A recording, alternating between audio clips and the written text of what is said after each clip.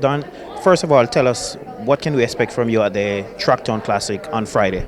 Oh my goodness, you can expect just a great performance. You can expect me to interact with the fans. I'm excited because it's my first time being here. I've heard great things about this. All the athletes say it's just a fun meet. It's a great place to get together, compete really hard, but then have a good time afterwards. So expect a good time.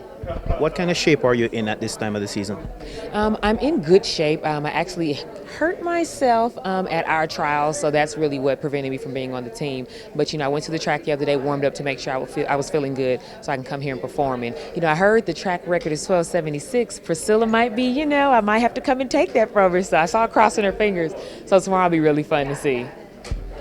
Are you sure the field that you're going up against, and what kind of competition do you expect from the field? Or it doesn't matter what competition you have, you still will be able to run fast?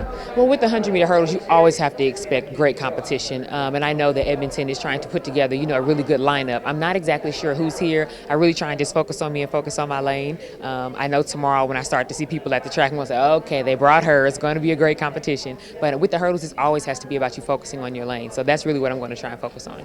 And speaking about the 100 hurdles, that to me is the most competitive race in track and field. America, for example, has maybe over 10 athletes who can get you top 8 finishes at an Olympic or World Championships. Why is it so competitive in the 100-meter hurdles? I definitely think that in the United States, we're really starting to figure out, especially with the coaches, figuring out what it takes to make the hurdles work, what it takes to get faster and faster. I know our coaches have studied a lot. They go to a lot of clinics and do their research on the previous coaches and what they're teaching their athletes. And so I think that in the States, we're really figuring that out.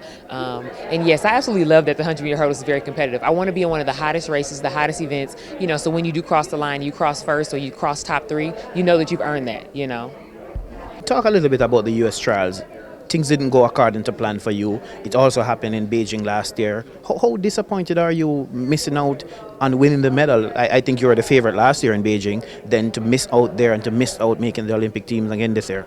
It can be very hard, definitely. I still shed my tears. I still have mornings where, I wake up and was hoping that it was all just a dream. But then also that's the hard part, but the beauty of the sport, it comes with the territory. You have your amazing days, and then you have your days also where it just didn't, pan out the way that you wanted. I'm definitely still, crushed about last year. I've learned a lot from it, and I think going into this year, we were definitely implementing a lot of good things, and it just didn't work out again this year. I'm still in shock that, I'm going to have to cheer for 3 new ladies, at the Olympics. But I do believe with the U.S., we're taking amazing 3 young ladies that have put forth hard work and are ready to go. So it's just going to be another learning, curve for me, another stepping stone. I have to step over this. So next year, I can be ready to go for World Championships in London. The 100 hurdles is an obstacle event.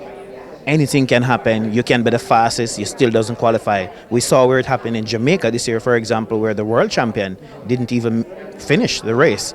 How do you work on it to make sure you come back better? How do you make sure the next year will be better, especially when it's the obstacle event?